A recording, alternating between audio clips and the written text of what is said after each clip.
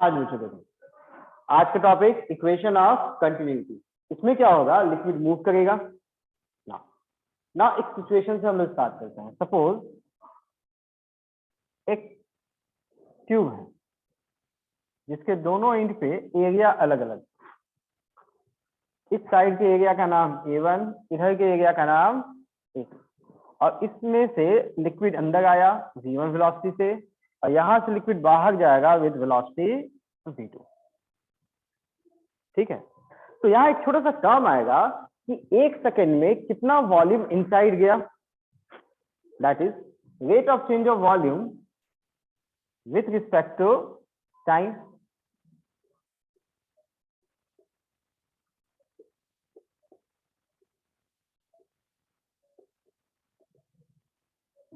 That is d/dt of volume.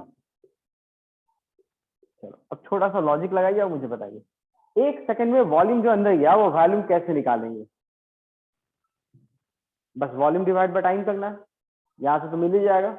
चलो volume का तरीका, अगर हम लोग यहाँ पे एक छोटा सा लाइन ऐसे बनाते हैं, छोटा लाइन, गैप बड़ा नहीं, बहुत ही छोटा है, तो ये वेलोसिटी v1 से जा रहा है। तो अगर टाइम छोटा होगा तभी ये डिस्टेंस छोटा होगा। एंड डिस्टेंस का वैल्यू वेलोसिटी के टर्म में कैसे लिखेंगे? Distance equal to velocity into time या velocity divide by time? Velocity into time. That means अगर हम लोग ये छोटा सा लेंथ जो मिलेगा, बहुत छोटे टाइम इंटरवल को सिलेक्ट करते हैं, तो ये लेंथ लिख सकते हैं velocity into time is expression for distance covered. Distance covered समझ में आ रहा है? Velocity into time. अब ये छोटे लेंथ में इसको देखो तो it will be almost like a cylinder. बहुत छोटा लेंथ है तो बहुत थोड़ा सा आगे बढ़ेगा ना, बढ़ाने के लिए इतना बड़ा दिखाया गया है, but dt means very small time, तो लेंथ भी एकदम छोटा होगा। तो ऐसा शेप क्या लगेगा? लगभग एक सिलेंडर। और सिलेंडर के वॉल्यूम का फॉर्मूला क्या था? Area into length. तो देखो यहाँ पे इसका एरिया का वैल्यू A1 और लेंथ वेलोसिटी इनटू टाइम। तो यहां हम लोग लिख सकते हैं वॉल्यूम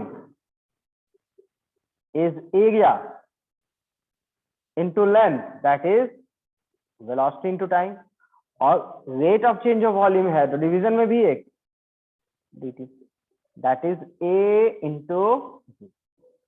मतलब ये बता रहा है कि टोटल वॉल्यूम ऑफ लिक्विड जो एक सेकेंड में इसके इनसाइड गया उसका value, that's rate of change of volume with respect to time. ये एक्सप्रेशन में कोई कंफ्यूजन है तो बोलो भाई, ये तो सिंपल है, एक सेकंड में जो वॉल्यूम इनसाइड गया। ठीक ना इक्वेशन ऑफ कंटिन्यूटी। ठीक है ना, इक्वेशन ऑफ कंटिन्यूटी सिंपल ये बताता है कि अगर एक कोई भी एक ट्यूब है जिसमें कोई लिक्विड फिल किया हुआ है, तो एक सेकंड में जो भी वॉल्यूम बाहर आएगा, वॉल्यूम आउट पर second should be equal to volume in पर सेकंड। एक सेकंड में उतना ही वॉल्यूम आएगा बाहर जितना एक सेकंड में वॉल्यूम अंदर गया, क्योंकि अंदर में लिक्विड पहले से भरा पड़ा था, कुछ एम्प्टी स्पेस था ही नहीं। तो जितना वॉल्यूम एक सेकंड में अंदर, उतना ही वॉल्यूम एक सेकंड में बाहर। ठीक है, and that is equation of continuity. तो स्टेटमेंट सही होगा या गलत? Always true. Statement equation of continuity says volume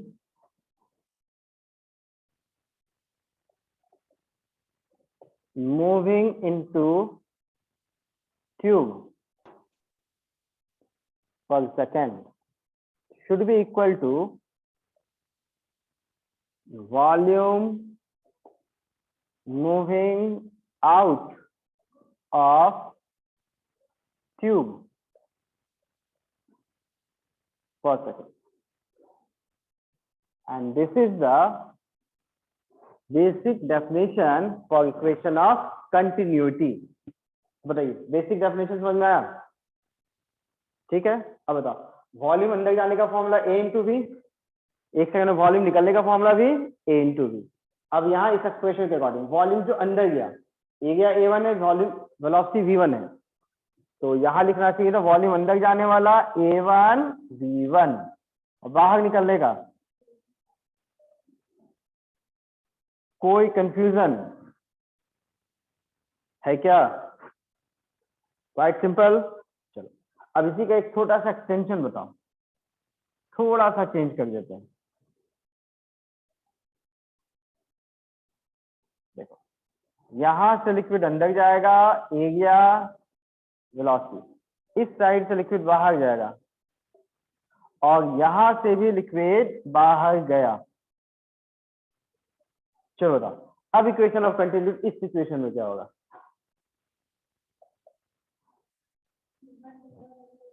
अंदर आने वाला volume A1 V1 equal to बाहर जाने वाला वॉल्यूम,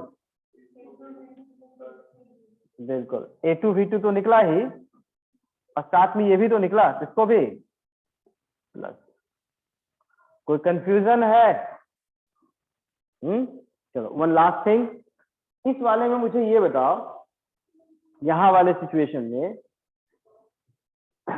क्या ये फॉर्मूला डेंसिटी ऑफ लिक्विड पे डिपेंड करता है? मतलब लिक्विड फिल किया हुआ था, हाई डेंसिटी वाला अंदर घुसा, लो डेंसिटी वाला बाहर गया, तो क्या ये इक्वेशन वैलिड होगा या बदल जाएगा?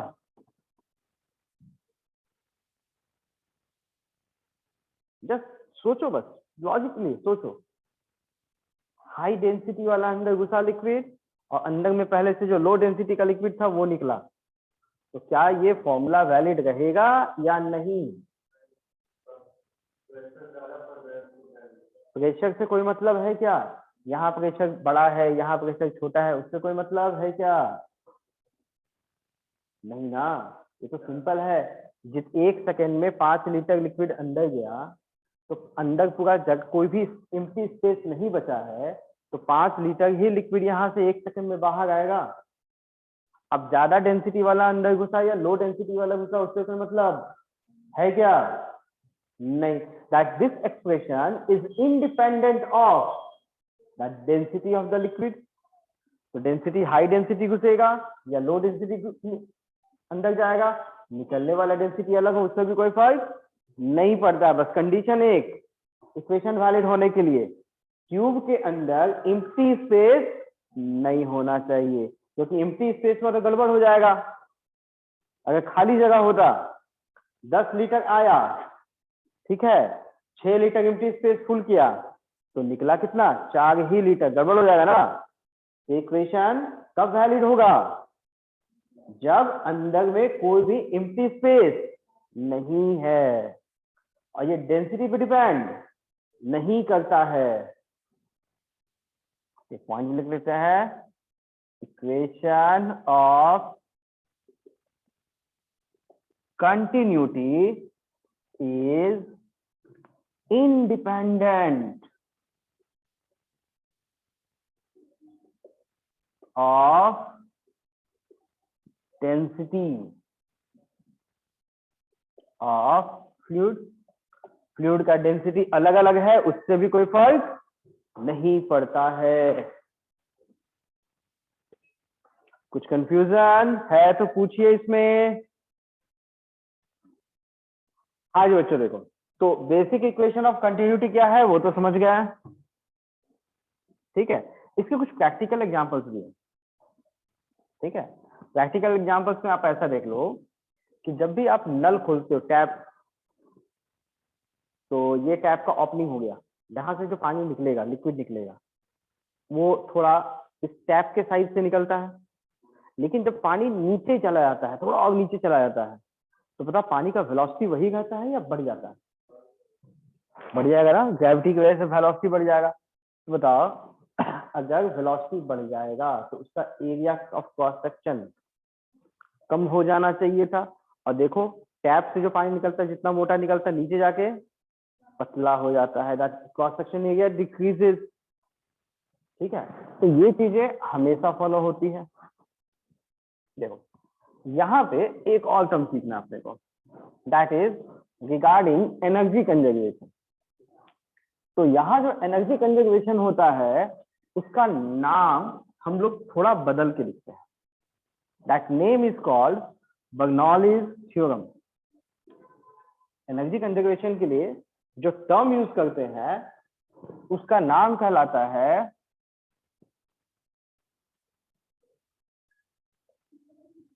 बर्नौलीज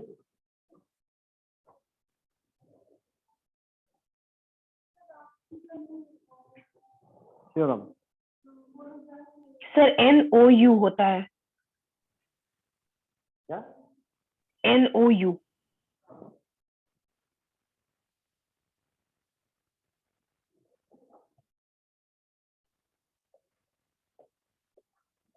बर्नौलीज थ्योरम, ठीक है ना। अब देखो ये बर्नौलीज थ्योरम नाम का टर्म है क्या, पहले वो समझाते हैं आपको, ठीक है।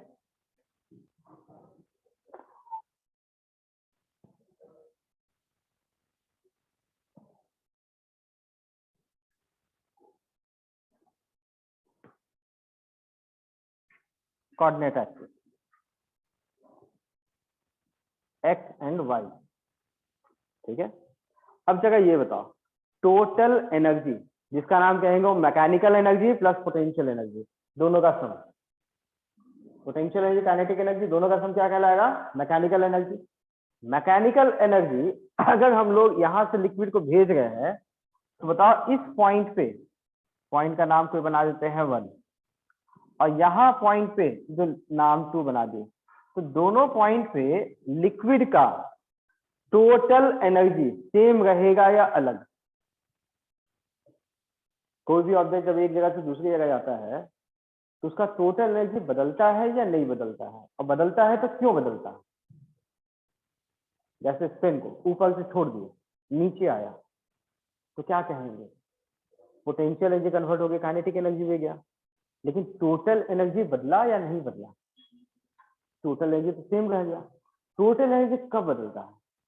जब इसके मोशन में या इसके प्रोपेगेशन में बीच में कुछ ऐसा फोर्स आ गया जिसकी वजह से जो इसका एनर्जी है वो हीट में, साउंड में कन्वर्ट हो गया, तब टोटल एनर्जी घट जाएगा। जैसे मान लो एक ऑब्जेक्ट है, इसको ऐसे धक्का दिया, फ्रिक्शन की वजह से ये धीरे धीरे जाके स्टॉप हो गया, तो फ्रिक्शन क्या किया? जो एनर्जी इसका था काइनेटिक एनर्जी, उसको कन्वर्ट किसमें कर दिया? हीट एनर्जी में, ठीक है। और वो हीट एनर्जी तो फिर वापस मिल ही नहीं रहा, ठीक है। तो कहेगा एनर्जी इसका लूज हो गया, मैकेनिकल एनर्जी से लॉस, फ्रिक्शन जैसे फोर्स की वजह से। लेकिन मान लो फ्रिक्शन जैसा फोर्स नहीं हुआ तो यहां से छोड़ दिए, कोई एयर रेसिस्टेंस नहीं, कोई फ्रिक्शन नहीं, ऑब्जेक्ट यहां से नीचे गया, तो इसका टोटल एनर्जी क्या चेंज हो जाएगा या नहीं होगा? That's not going to change at all. तो सेम कहानी अगर मैं आपको यहां बताऊं कि यहाँ पे अगर एक फ्लूइड पार्टिकल है, ये पूरा लिक्विड यहां से ऊपर जाके ऐसे निकल रहा है, कोई फ्रिक्शन नहीं, तो टोटल एनर्जी, एक फ्लूइड पार्टिकल जो 1 पे था और दूसरा एक पार्टिकल जो 2 पे था, दोनों का टोटल एनर्जी क्या बदलेगा? पार्टिकल 1 से घूम के 2 पे जाएगा तो उसका एनर्जी बदलेगा क्या? नहीं। यहाँ बीच में भी कोई पॉइंट पे होता तो भी उसका energy, that is total energy of the fluid particle is constant, ठीक है। लेकिन लिक्विड में बताओ, हम लोग जैसे इस ऑब्जेक्ट को सुनते हैं mgh, क्या लिक्विड में हम लोग मास वाला टर्म यूज करते हैं या डेंसिटी करते हैं? डेंसिटी टर्म यूज करते हैं, और डेंसिटी का फॉर्मूला क्या होता है बताओ? मास या mass by volume? Mass by volume. Mass by volume. तो यहाँ ऑब्जेक्ट का टोटल एनर्जी बोलना चाहिए या total energy per unit volume? Per unit volume, तब डेंसिटी वाला टर्म आ जाएगा, जनरलाइज टर्म जो लिक्विड का यूज करते हैं। क्योंकि हम लोग यहाँ जो लिक्विड है इस मॉलिक्यूल का मास थोड़ा ढूंढते हैं, यहाँ जो थोड़ा सा लिक्विड बनेगा उसका मास नहीं, हम लोग डेंसिटी टर्म लेना प्रीफर करते हैं, क्योंकि डेंसिटी के टर्म में एक्सप्रेस करना ज्यादा आसान होता है लिक्विड में और गैसेस में भी। तो यहाँ पे जो एनर्जी बोला गया है, एनर्जी कांस्टेंट, दैट वो टोटल एनर्जी नहीं बोलते हम लोग, यहाँ सही वर्ड क्या यूज करते हैं? Total energy per unit volume of a liquid remains constant, ठीक है। And that in fact is the Bernoulli's theorem. Statement पहले The theorem says total energy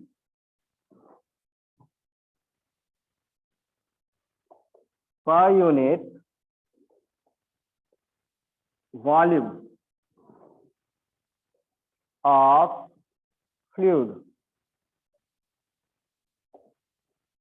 remains constant. That is the Bernoulli's theorem. ठीक है, अब next thing, ये जो हम लोग total energy per unit volume ले रहे हैं उसमें कौन कौन सा एनर्जी इन्वॉल्व है। अब वो चलो, अगर लिक्विड का वेलोसिटी होगा तो काइनेटिक एनर्जी होगा, ठीक, तो काइनेटिक एनर्जी आएगा। लिक्विड यहां से ऊपर गया तो हाइट चेंज होता है तो कौन सा एनर्जी आता है, ग्रेविटेशनल पोटेंशियल एनर्जी, वो भी होगा। केमिस्ट्री में याद है गैसेस के लिए एक टर्म पढ़े थे वर्क डन, जिसका फॉर्मूला था force into change in volume PDV. Yes sir. उसको याद होगा। तो पीडीवी मतलब ये भी वर्क डन किसके टर्म में है, एनर्जी। तो यहाँ पे जो टर्म यूज करते हैं हम लोग, एक प्रेशर की वजह से वर्क डन मिला था पीडीवी में, तो यहाँ जो सही टर्म यूज करते हैं that is pressure energy, energy due to pressure, क्योंकि उसके अकॉर्डिंग भी वर्क डन आएगा। तो यहाँ बेसिकली तीन टाइप के एनर्जी इन्वॉल्व है, काइनेटिक, ग्रेविटेशनल पोटेंशियल और एक प्रेशर एनर्जी। पोटेन तो यहाँ पे लिखा जाता है पोटेंशियल एनर्जी इन्वॉल्व होगा, kinetic energy per unit volume. Second, gravitational potential energy, height की वजह से पर यूनिट वॉल्यूम। एक और टर्म आता है प्रेशर एनर्जी,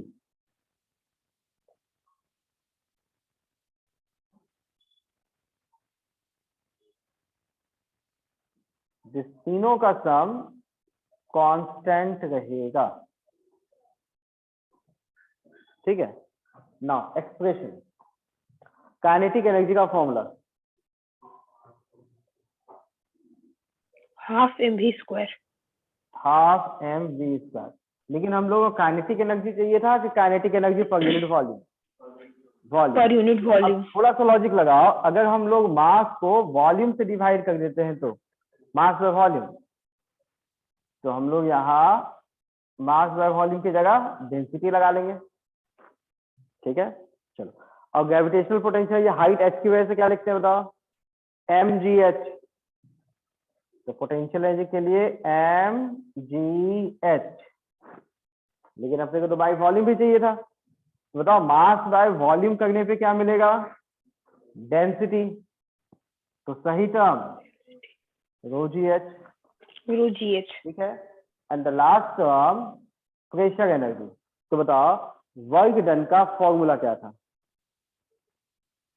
गैसेस में, प्रेशर के टर्म में, पीडीवी, प्रेशर इंटू वॉल्यूम। तो pressure into volume divided by volume तो कट जाएगा, बचेगा प्रेशर वाला टर्म, और इन तीनों का सम एक कांस्टेंट रहेगा। लॉजिकल है या नहीं, लॉजिकल है। तो बर्नौलीज थ्योरम का स्टेटमेंट ये है, ये है, ये हुआ स्टेटमेंट। अब इस स्टेटमेंट का डेरिवेशन करना हम लोगों को, ठीक है। तो पहले स्टेटमेंट नोट कर लीजिए, उसके बाद ये डायग्राम बनाइए और फिर हम लोग इसका डेरिवेशन करते हैं।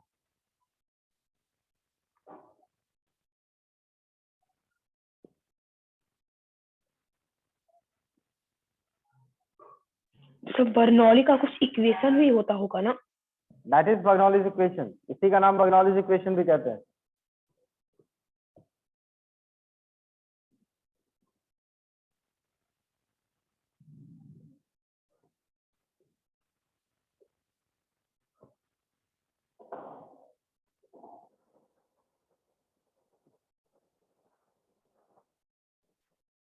पहले इसे नोट कीजिए, इसका डेरिवेशन करते हैं।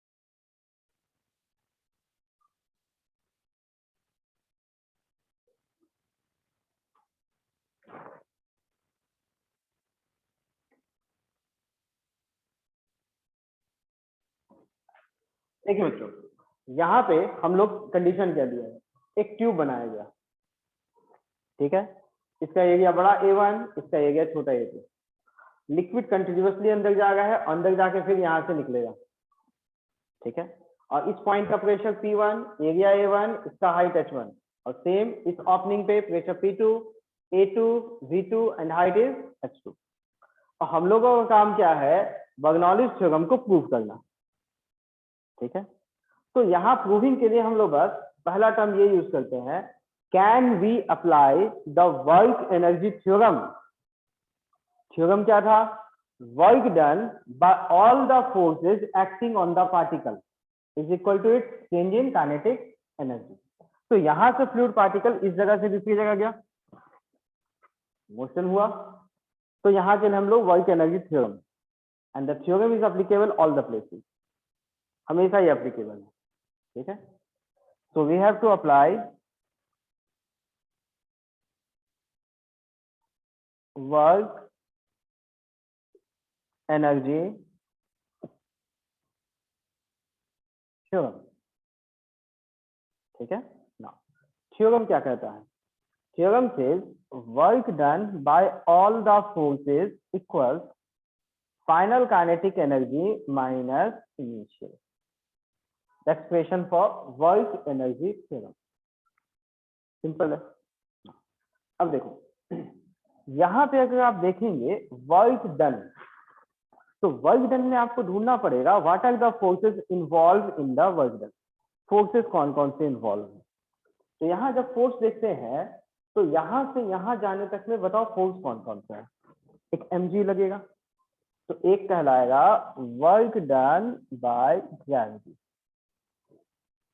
ठीक है, और एक प्रेशर की वजह से फोर्स लगता है, फॉर्मूला तो याद होगा, pressure into area is the value of force, तो एक लगेगा वर्क डन बाय प्रेशर, और तो कोई भी नहीं, एंड दिस टोटल दोनों का work done is equal to final kinetic energy minus initial. I think theorem में तो कोई दिक्कत नहीं ना। तो अब हम लोग इसको क्या करते हैं, पहले वर्क डन बाय ग्रेविटी निकाल लेते हैं, वर्क डन बाय प्रेशर निकाल लेते हैं, final kinetic energy minus initial तीनों अलग से निकाल लेते हैं, ये तीनों को अलग अलग निकाल लेते हैं और तीनों वैल्यू को ए में पुट कर देते हैं, ठीक है। चलो पहला से स्टार्ट करो, work done by gravity, formula याद है mgh, ठीक। तो यहाँ हम लोग मास टोटल m नहीं लेंगे, हम लोग बोलेंगे इस जगह पे एक छोटा सा मास होगा, ये लिक्विड जो अंदर गया, इस लिक्विड का मास डेल m कंसीडर करते हैं, तो ये मास मूव करते हुए यहाँ गया, तो यहाँ से यहाँ तक में इस डेल m के लिए हम लोग ये सबका वर्क डन निकालते हैं, ठीक है। तो ये मास h1 से h2 गया, तो वर्क डन बाय ग्रेविटी का फॉर्मूला mgh, अब मास का नाम डेल m है, तो work done by gravity del m g h, ठीक है ना। अब ये बताओ हाइट कितना बड़ा, पहले हाइट h1 था, बाद में हाइट h2, तो हाइट कितना बड़ा, h2 माइनस h1। चलो ये वर्क डन कभी पॉजिटिव भी होता है, कभी नेगेटिव भी होता है। पॉजिटिव कब, जब फोर्स और डिस्प्लेसमेंट का डायरेक्शन सेम तो पॉजिटिव, फोर्स और डिस्प्लेसमेंट डायरेक्शन अपोजिट तो नेगेटिव। अब यहाँ देखो mg कौन से डायरेक्शन लगा, नीचे, लेकिन यहाँ से हाइट तो ऊपर गया, तो फोर्स और डिस्प्लेसमेंट दोनों का डायरेक्शन अपोजिट, तो work done should be minus.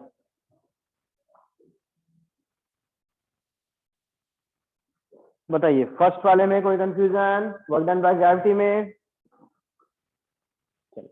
Next one, work done by h2 minus h1 कैसे लिखे, ये एक बार फिर से बता दीजिए ना। वर्क डन का फॉर्मूला mgh होता है, h इज द हाइट, तो यहाँ देखिए पहले हाइट कितना था h1, बाद में हाइट h2, तो कितना हाइट ऊपर गया h2 minus h1 height. mg कौन से डायरेक्शन में है, नीचे, और गया कहाँ, ऊपर, तो ऊपर, डिस्प्लेसमेंट दोनों का डायरेक्शन अपोजिट, तो प्लस ऑपोजिट माइनस माइनस। ठीक है, चलो next one, work done by pressure. चलिए, वर्क डन का फॉर्मूला फोर्स इनटू डिस्प्लेसमेंट। ठीक है, चलो तो यहाँ का प्रेशर P1 है, एरिया A1 है, तो फोर्स का वैल्यू P1 इंटू A1, ये हो गया फोर्स इंटू डिस्प्लेसमेंट। तो अगर हम लोग फोर्स तो इस जगह का है, छोटा डिस्प्लेसमेंट लेंगे तो छोटा का वर्क डन मिलेगा। जैसे ये मास डेलम बनने के लिए डिस्प्लेसमेंट कौन से लेना चाहिए था, ये छोटा लेंथ जो लिक्विड ट्रेवल किया, लेकिन यहाँ तो डिस्टेंस दिया ही नहीं है, तो डिस्टेंस का वैल्यू कैसे लिखना चाहिए बताओ, वेलोसिटी इनटू टाइम। डिस्टेंस का फॉर्मूला वेलोसिटी इनटू टाइम। यहाँ का वेलोसिटी तो पता है v1, और डिस्टेंस छोटा है तो टाइम भी छोटा, तो यहाँ जो छोटा डिस्प्लेसमेंट dl होगा उसका फॉर्मूला वेलोसिटी v1 इंटू छोटा टाइम। ये dl समझ में आया? ठीक है, तो फोर्स मिल गया, प्रेशर इंटू एरिया फोर्स, और डिस्प्लेसमेंट का value v1 dt।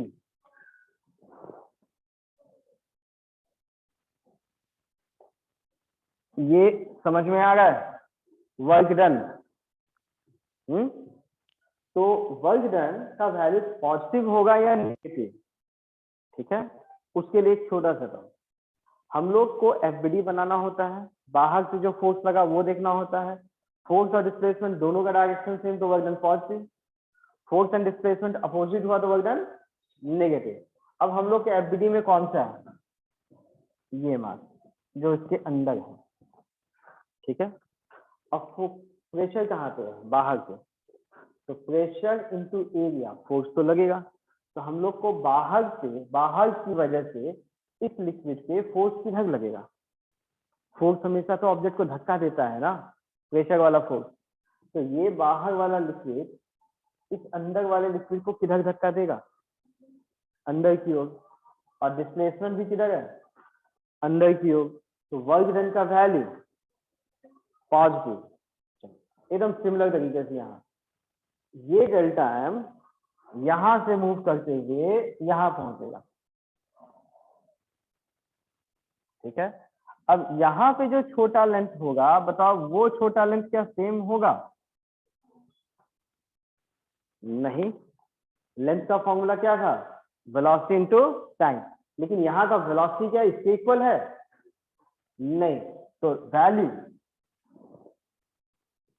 v1 dt या v2 dt, ये तो बदल जाएगा ना। हाँ, चलो वर्क डन का value force, pressure into area that's P2A2, P2A2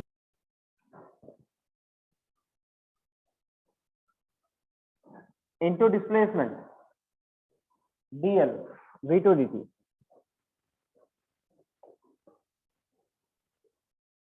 ठीक है, चलो अब जगह से मुझे ये बताओ,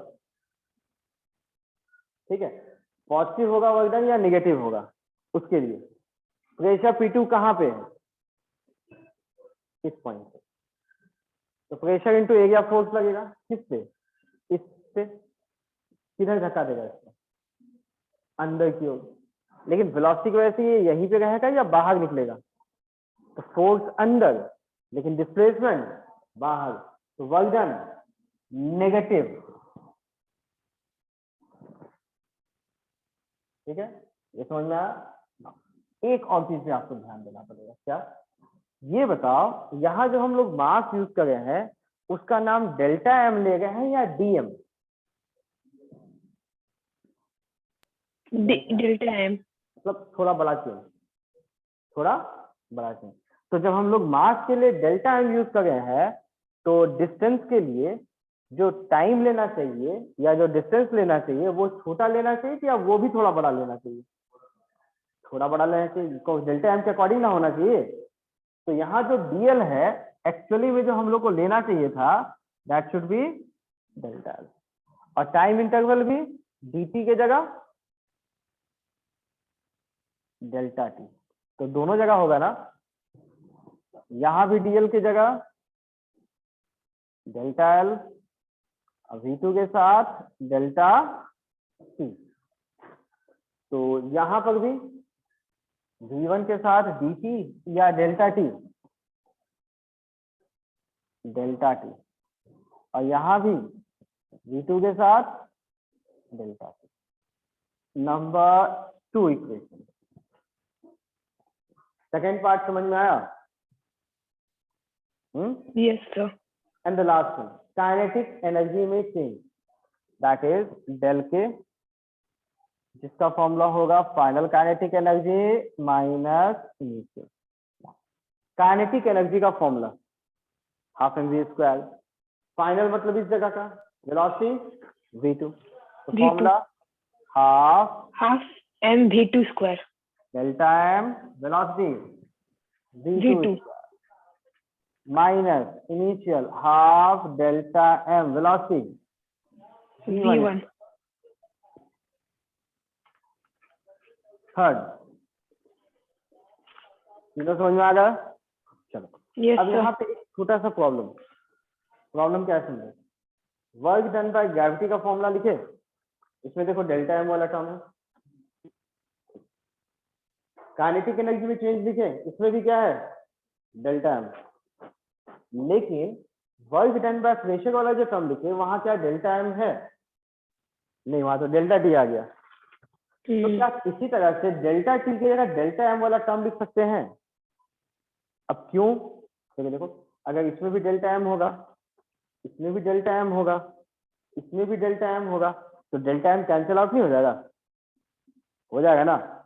तो दो जगह तो डेल्टा एम है ना, तो अगर इसको भी डेल्टा एम लिखेंगे तो इजी वे में सिंप्लीफाई होगा, अच्छा होगा। तो हम लोग को ढूंढना है क्या हम लोग इस वाले टर्म में, वर्क डन बाय प्रेशर वाले टर्म में डेल्टा टी की जगह डेल्टा एम डाल सकते हैं या नहीं? नीड समझ में आया? क्यों? चलो तो पहले हम लोग डेल्टा एम का वैल्यू लिखते हैं और वहां से डिसाइड करते हैं। Can we put it? Delta M का वैल्यू क्या होगा? Mass density into volume. बिल्कुल, लिक्विड का डेंसिटी वॉल्यूम का formula area into length. Cylinder जैसा होगा छोटे लेंथ के लिए, एरिया का वैल्यू A1, छोटा लेंथ का वैल्यू V1 डेल्टा T। अब यही मास मूव करके यहाँ गया, it's the same mass delta M. तो डेल्टा एम का वैल्यू यहाँ के लिए डेंसिटी इंटू वॉल्यूम का formula area into length is, तो दोनों मास तो सेम था ना। तो Yes, यहाँ sir. देखो कुछ जाना पहचाना नहीं लगा। Yes, sir. A1 V1 delta T, A2 V2 delta T, क्योंकि देखो A1 V1 delta T, A2 V2 delta T, ये तो मिलेगा, लेकिन डेंसिटी वाला टर्म तो दोनों में है। अगर हम लोग यहाँ पे डेल्टा एम बाय डेंसिटी निकालेंगे तो क्या मिलेगा? A1 V1 डेल्टी, उसी तरह से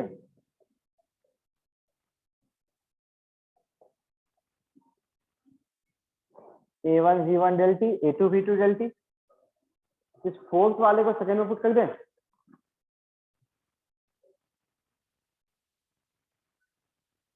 सेकंड में डाल देते हैं। तो जैसे आप सेकंड में डालेंगे then you will get work done by pressure, that is P1 A1 V1 delta T del M by density minus P2 A2 V2 delta T is equal to del M by density 5। अब तो पग सर्व हो गया, ये भी del M, ये भी del M, ये भी डेल एम, और सारे वैल्यू को ए में पुट कर देते हैं। Equation number 1, equation number 3 del के and 5 work done by pressure, इन सभी को ए में पुट करना है। ठीक है ना। अब देखो जब हम लोग इसे ए में पुट करते हैं तो हम लोग देखते हैं वैल्यू क्या मिलेगा। ठीक है, तो 1 बाय 1 देखो, तो जैसे ही 1 का वैल्यू क्या था, माइनस डेल पुट कर दो वर्क डन बाय ग्रेविटी की जगह,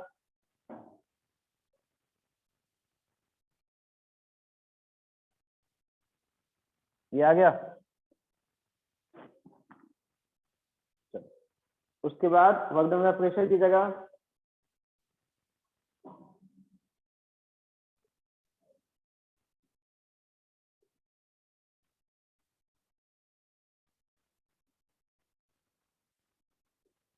सेकंड टर्म भी हो गया, equal to final kinetic energy minus initial, ये वैल्यू।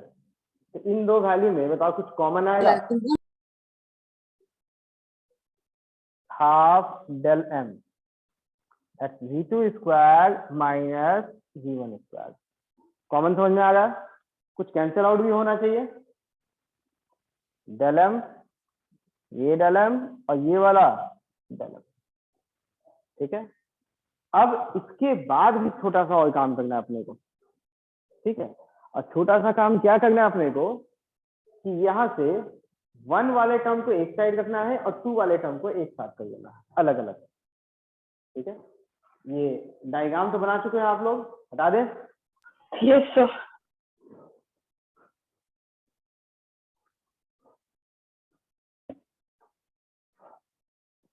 देखो अलग अलग बस करते हैं। हाँ, तो अलग अलग में पहला टर्म 1 को देते, माइनस जी माइनस h1, तो माइनस माइनस क्या बचेगा, जी h1,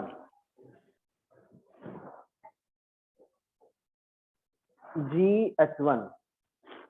ठीक है, सेकंड टर्म देखो, 1 वाले में देखो प्लस में है P1 by density plus P1 upon density. ठीक है, अब देखो V1 वाले में माइनस में है V1 स्क्वायर बाई 2, हाफ तो 2 है ना, 1/2, 1/2 इंटू V1 स्क्वायर, लेकिन माइनस में है, ये इक्वल टू के बाद है, तो इसको अगर हम लोग लेफ्ट साइड लेके आएंगे तो माइनस रहेगा या plus, plus, that is V1 square upon 2। ये क्लियर। अब राइट साइड में हम लोग सेकंड वाला 2 वाला टर्म देखते हैं, तो 2 वाले में क्या क्या देखो, माइनस GH2, तो माइनस वाले को राइट साइड लेके जाएंगे तो प्लस GH2। ठीक है, अब P2 वाला टर्म देखो, वो भी माइनस में है, राइट साइड जाएगा तो plus P2 by density plus, अब देखो V2 वाला टर्म तो पहले से राइट में है, that is V2 square by 2. ये टर्म समझ में आया।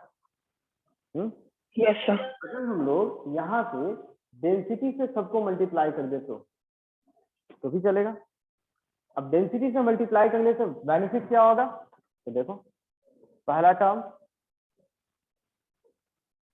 डेंसिटी GH, दूसरा एक T, दूसरा एक last one half density V square. अब एक लास्ट लॉजिक बस सुनो, 1 पॉइंट पे ये 3 टर्म, 2 पॉइंट पे ये तीनों टर्म इक्वल है, तो इसका मतलब अगर हम लोग यहाँ पे कोई नया पॉइंट बनाते 3 और 3 पॉइंट पे भी वही 3 टर्म डालते, H3, P3, V3, तो ये इससे इक्वल होता या नहीं होता ना, क्योंकि 1 वाला सारा टर्म 2 वाला सारा टर्म इक्वल है, वैसे इक्वल टू 3 वाला टर्म भी होता, तो 0.4 बनाते तो 4 वाला टर्म भी होता। दैट इज ये जो टर्म है 1 वाला जो भी टर्म है वो कांस्टेंट है, नहीं बदला, तो जो वैल्यू नहीं बदला वही वैल्यू यहाँ भी मिला और वही वैल्यू यहाँ भी मिलेगा, कोई नया जगह बनाएंगे तो वहां भी वही वैल्यू मिलेगा। इसलिए हम लोग ये जो टर्म है, इस पूरे टर्म का नाम एक कांस्टेंट बोल सकते हैं क्या? Because the value is not changing. ये वैल्यू 1 के लिए भी वैलिड है, और यही वैल्यू 2 के लिए भी वैलिड है, और वही वैल्यू 3 के लिए भी वैलिड है। ठीक है, और ध्यान से देखो, it is term rho G H, potential energy per unit mass, pressure energy per unit volume, gravitational potential energy per unit volume, pressure energy per unit volume, kinetic energy per unit volume. जो हम लोग का statement था बिल्कुल वही है। तो कोई कंफ्यूजन होगा इसमें तो पूछिए। No sir. देखिए, यहाँ इस थ्योरम से रिलेटेड बहुत सारे थ्योरेटिकल क्वेश्चंस भी रहते हैं, लॉजिकल कह लो।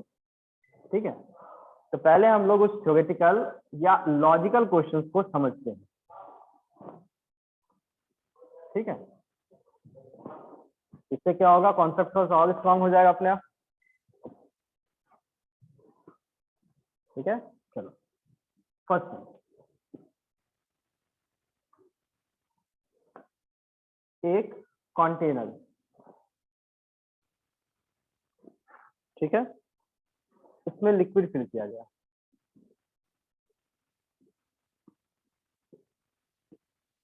लिक्विड का डेंसिटी भी गिवन है, हाइट एच भी गिवन है। ठीक है, और यहाँ पे एक छोटा सा होल बनाया गया। होल से क्या हुआ, लिक्विड बाहर आएगा वेलोसिटी v से। ठीक है, क्वेश्चन ये है कि जस्ट लिक्विड के अंदर में एक पॉइंट का नाम बनाते हैं ए। जस्ट लिक्विड के इनसाइड एक पॉइंट बनाते हैं जिसका नाम है ए ना। वेलोसिटी है तो ऑब्वियसली हाइट भी घटेगा ना, लेकिन जब हाइट h दिया है तब। ठीक है, pressure at A E0 plus row G H सही है या गलत है? ए पॉइंट का प्रेशर P0 प्लस रो जी एच होगा, उससे बड़ा होगा या इससे छोटा होगा? Question is this. हाइट जब h है उस समय की बात पूछी जा रही है।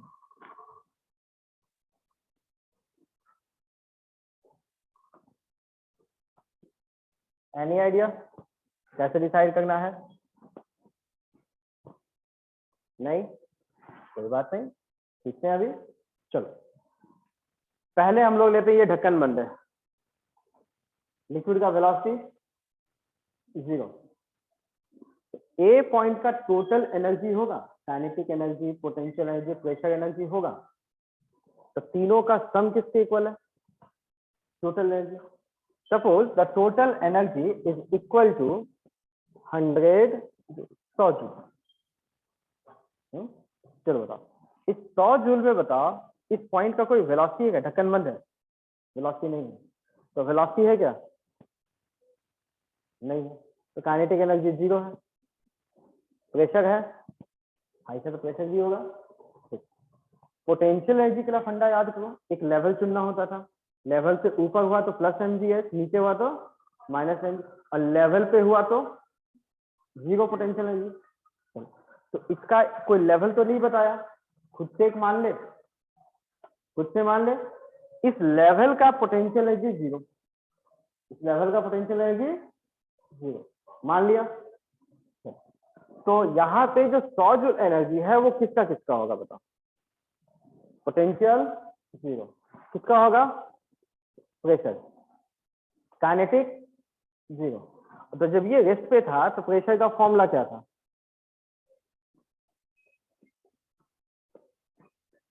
E0 प्लस रो जी एच, किसके इक्वल था? 100 जूल ऑफ एनर्जी।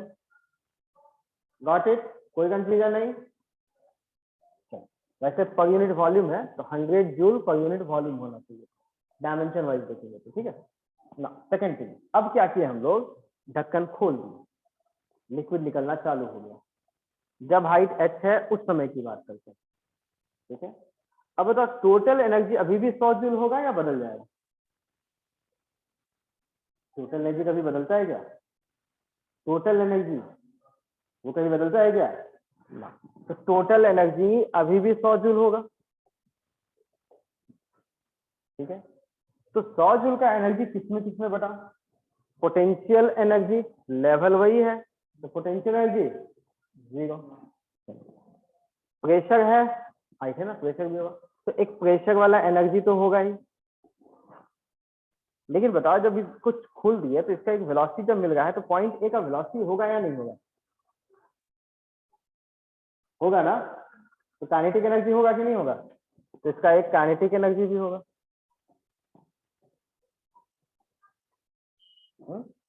अब मुझे बस पहले वाला और अभी वाला कंपेयर करते हैं। जब ये लिक्विड का मोशन नहीं था तो 100 जूल का एनर्जी अकेला कौन लेके गया था? प्रेशर एनर्जी था। लेकिन जब ढक्कन खोल दिया वेलोसिटी भी मिला तो वही 100 जूल तो टोटल एनर्जी है, लेकिन वो एनर्जी अब दो हिस्सों में बटा, प्रेशर वाले में भी और काइनेटिक एनर्जी वाले में भी। तो प्रेशर वाला वैल्यू जो पहले था क्या अभी भी वही है या पहले वाले से कम है? पहले वाले से कम है। तो अगर कहीं छेद हो जाए, लिक्विड बाहर निकल रहा है और लिक्विड का कोई वेलोसिटी है, तो उस पॉइंट वाले लिक्विड का प्रेशर का वैल्यू P0 प्लस ρgh होगा या उससे कम होगा? हमेशा उससे कम होगा, ठीक है। तो एक स्टेटमेंट भी कर दे पहला वाले में,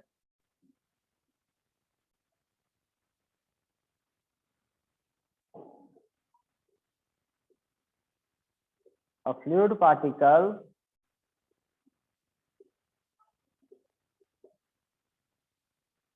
moving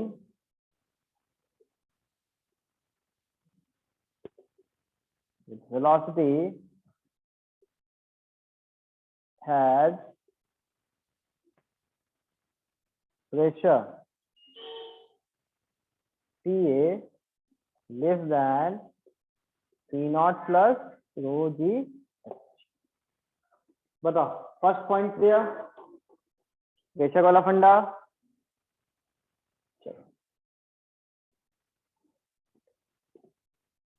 सेकंड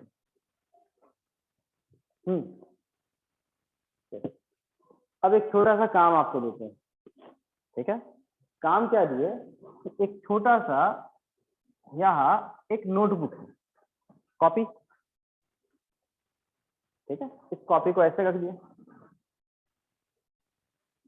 छोड़ देंगे कॉपी को, पकड़ने हाथ छोड़ देंगे, ये कॉपी यहीं रहेगा या एमजी की वजह से नीचे गिर जाएगा? नीचे गिर जाएगा। क्या हम लोग एयर ब्लो करवा के, एयर को ब्लो करवा के, वो भी ऐसे हवा नहीं भेजना है, साइड वाइज हवा ब्लो करवाना है। क्या साइड वाइज एयर ब्लो करवा के इस कॉपी को, नोटबुक को हवा में लटका सकते हैं? No sir. हवा हम लोग सीधा नहीं फेंक रहे हैं, हम लोग हवा को ऐसे फेंकेंगे तो हवा का फोर्स तो नहीं लगेगा ना। No sir. क्या हम लोग इसको ऐसे हवा भेज के, नीचे की ओर हवा भेज के हवा में लटका सकते हैं या नहीं? No sir. ना, सीधा हवा भेजेगा, कॉपी को ऐसे सीधा रखें, हो सकता है। अब कैसे हो सकता है देखो, अगर आप यहाँ पे एयर को इधर भेज रहे हैं तो फैन लगा दें, काफी तेज जाने वाला फैन, उस एयर का वेलोसिटी v1 कर दिए, ठीक है। और यहाँ जो एयर भेज रहे हैं उस एयर का वेलोसिटी v2 कर दिए, ठीक है। अब जरा इस थ्योरम को देखो, ये क्या बोलता है? प्रेशर, पोटेंशियल एनर्जी और काइनेटिक एनर्जी तीनों का सम एक कांस्टेंट, बदलता तो नहीं है, ठीक है। अब इन दोनों के बीच कॉपी का हाइट बहुत कम है, तो पोटेंशियल एनर्जी दोनों में लगभग मान लो सेम है, तो पोटेंशियल एनर्जी दोनों का सेम। ठीक। अब बताओ अगर हम लोग v1 का वैल्यू बढ़ा देंगे तो यहाँ का प्रेशर एटमॉस्फेरिक प्रेशर होगा या कम हो जाएगा? कम हो जाएगा ना, क्योंकि जब एटमॉस्फेरिक प्रेशर तब था जब लिक्विड रेस्ट पे था, अकेला एनर्जी वही लेके गया। लेकिन एयर का जब वेलोसिटी मिलेगा तो यहाँ का प्रेशर पी नॉट या पी नॉट से कम? पी नॉट से कम। चलो V2 का वैल्यू बढ़ाएंगे तो ये भी पी नॉट से कम। अब ऐसा करते हैं हम लोग, नीचे वाले को वेलोसिटी नहीं देते हैं, ऊपर वाले को बस वेलोसिटी दी, काफी हाई वेलोसिटी। तो बताओ यहाँ का प्रेशर पी नॉट के इक्वल या पी नॉट से कम? पी नॉट से कम। और यहाँ का प्रेशर पी नॉट। अच्छा ये तो सुने होंगे प्रेशर की वजह से फोर्स लगता है, सर ऊपर क्या हुआ पी नॉट का? Pressure into area. हम लोग ऊपर में लिक्विड को एक वेलोसिटी दे दिए एयर को, काफी तेज हवा जाने लग गई, तो एयर का जब वेलोसिटी बढ़ जाएगा तो काइनेटिक एनर्जी मिला एयर को। तो एयर का pressure P not atmospheric pressure होगा या एटमॉस्फेरिक प्रेशर से कम हो जाएगा? कम हो जाएगा। कम होगा। P1 is less than P not, और यहाँ एयर का कोई वेलोसिटी नहीं दिया तो ये पी नॉट। अब प्रेशर की वजह से फोर्स लगता है, ये तो नहीं हो गए फॉर्मूला, प्रेशर इनटू एरिया। अब किधर लगता है? हमेशा धक्का देता है। तो बताओ इस लिक्विड, इस एयर की वजह से ऊपर लगने वाला फोर्स क्या हो रहा है? P not. और नीचे वाला फोर्स P1A, और mg कहाँ? नीचे। तो मान लो अगर P1 के वैल्यू को बहुत छोटा कर दिए तो ये हो सकता है कि नहीं, ऊपर वाला फोर्स नीचे वाला फोर्स बैलेंस हो जाए। ऊपर वाला फोर्स कौन सा है? P नॉट है, और नीचे वाला